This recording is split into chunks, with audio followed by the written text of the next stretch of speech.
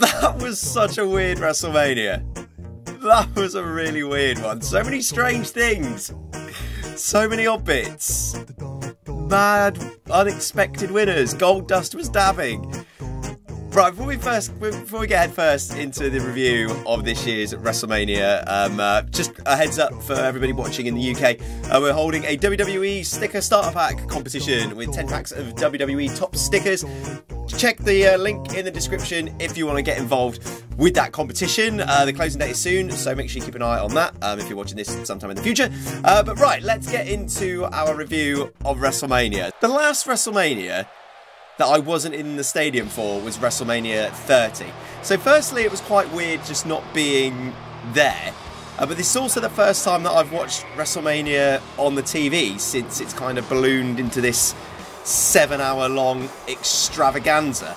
But it was such a weird WrestleMania. I don't know if that's what made it weird, because obviously I was watching it at midnight till goodness knows what in the morning. I don't know if the tiredness was what made it mad. But the first half of this WrestleMania was like insanely good, but then it kind of went off a cliff a bit into nonsense land. So I'm not sure we just thought that because we were all over sports entertained, but why is a child one half of the Raw Tag Team Champions? What? What is Nicholas doing? Is Nicholas going to have to work house shows? Has Nicholas passed the wellness test? Why is Braun Strowman stealing children? So I'm just going to go over some of the headlines and my thoughts in a sporadic order of what I thought of WrestleMania 34.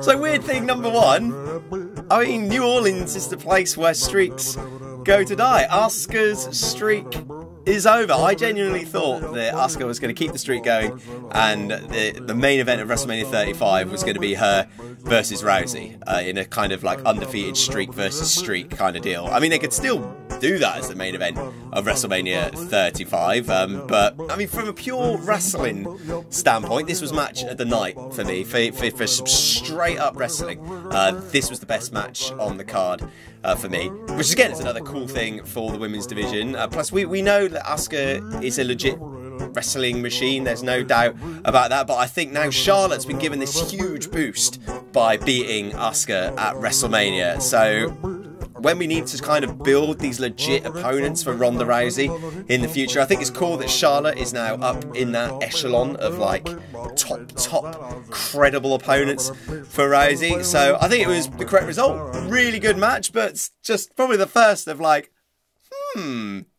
I wanted to steal the PewDiePie gimmick, but that was just very Next weird thing, Taker squashed John Cena after we got trolled by Elias, as proper Undertaker as well. He didn't come down on a bike looking like a weird bloke from the pub, and John Cena spent like the first half of the show just loving life, boshing beers in like the first row, giving like weird sort of nonplussed reactions to the cruise match. It was like John Cena was badly playing the role of a wrestling fan in a film.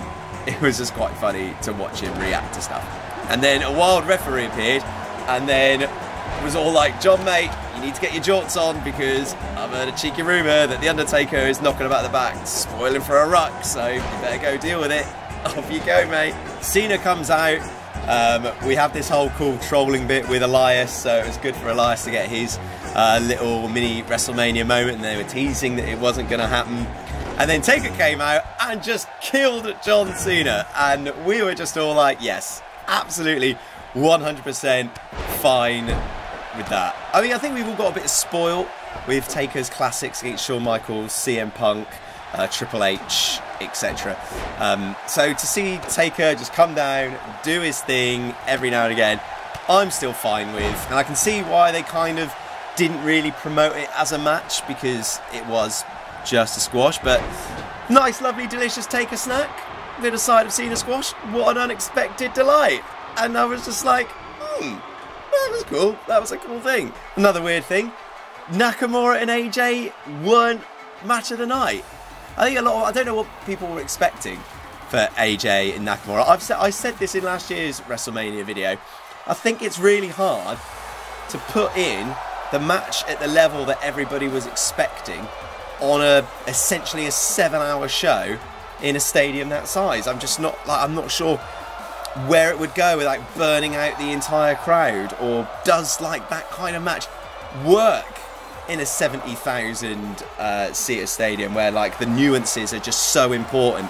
But the real story here was Nakamura turning heel, which again was just like another weird moment that we didn't see coming.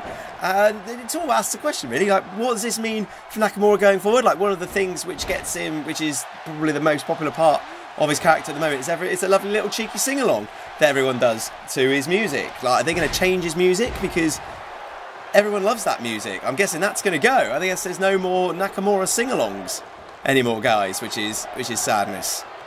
Heel Nakamura is good, is excellent. I can just see that being... I think it just needed a little freshen up. I'm not sure Nakamura has been the exact kind of level of Nakamura that he was in NXT. Something's not quite translated over, which is fine because this is two different beasts. I think it's a slight tangent here, but I don't think you can compare NXT as a product and as a show to Raw as a TV show and a product, because it's completely different audiences, it's a completely different format of show, it's a completely different length of time, and it's a completely different style. So I think you kind of can see sometimes why things don't translate well to the other. People are like, well, what Raw ruins them? It's like, well, it's not really ruining them, it's just they're just different.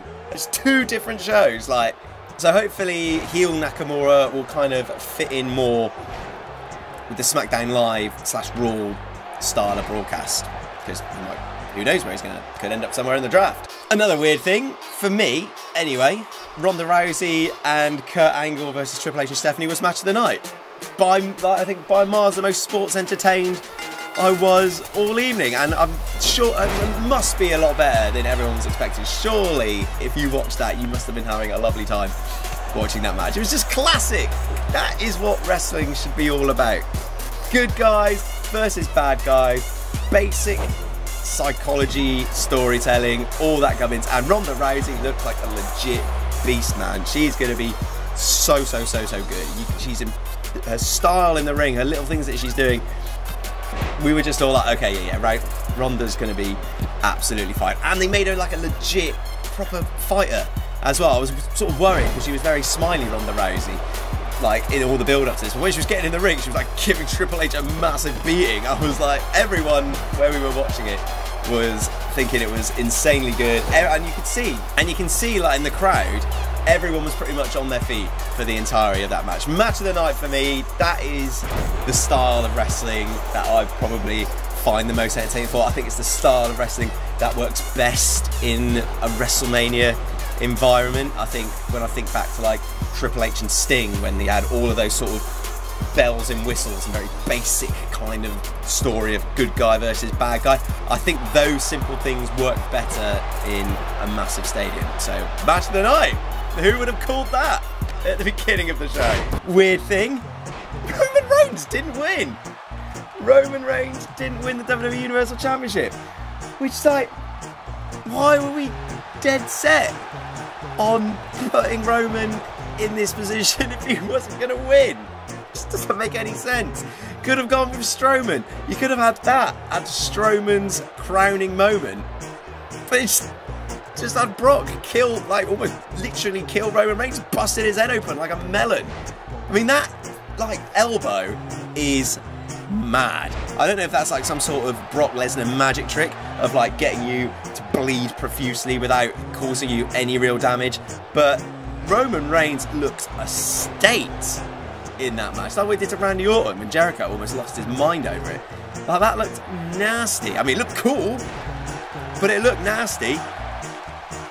But this was like 3 years in the making, and you just had like, it was like so bullheaded that Roman Reigns was going to be in that position because it looked like they were going to have this big finish to the storyline. But he just lost anyway. It's such a weird WrestleMania. So weird. Why did they do that? And what's going to happen now? I reckon Brock's just going to relinquish the championship.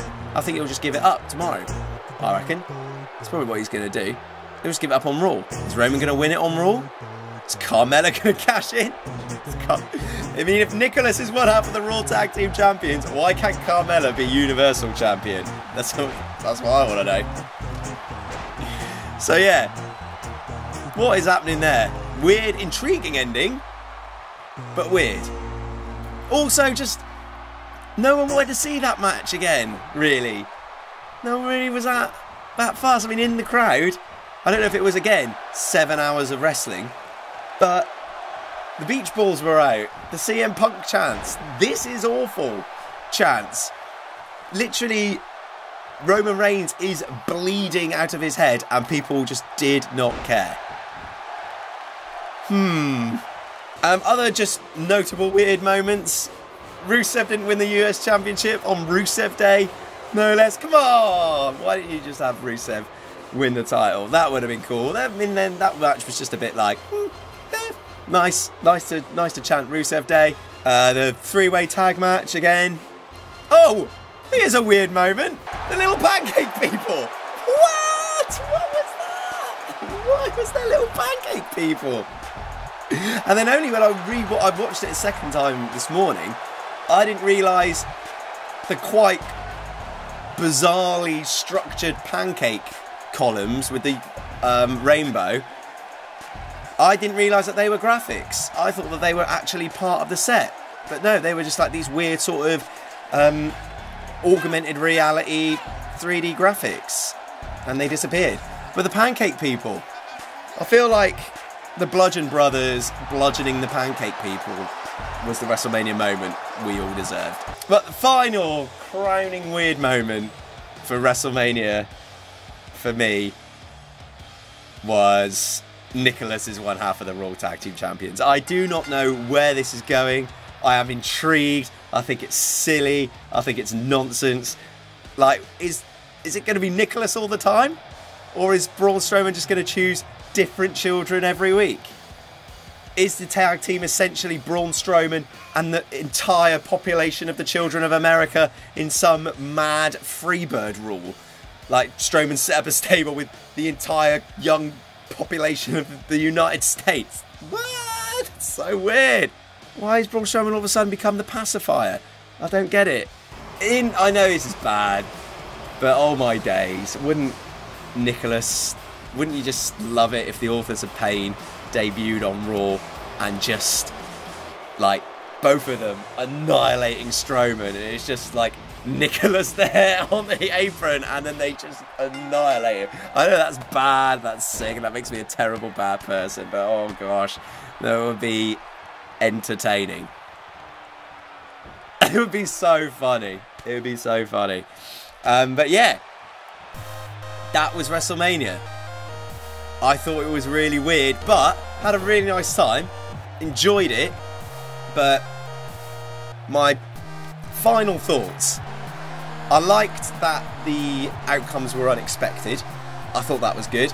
I loved the Ronda Rousey, Kurt Angle, Triple H and Stephanie match. I thought that was insanely good. Asuka and Charlotte was also cool. The Triple Threat Intercontinental title match was also enjoyable. Daniel Bryan coming back, an excellent, lovely, heartwarming moment. Like, everything until Nia Jax and Alexa Bliss was really good. But then I just think it kind of went off a cliff a little bit with the weirdness with the Tag Team Championships. And also as well, guys, I'd be interested to see your thoughts on this, but it's just so long. It's a long time. 7 hours. Maybe go to like the sort of WrestleMania 31, WrestleMania 30, things of like 3.5 hours, 4 hours, maybe 4 hours tops. Because 5 hours and a 2-hour pre-show, man, that is a long time to watch a thing. So let me know what you guys thought of WrestleMania in the comments. So smash a like on this video as well. Make sure you subscribe as well for more wrestling stuff. And I'm going to leave you with the scenes at the place where we were watching it in Clapham. They had a wrestling costume party and this happened, which I thought was outrageous. See you later, bye.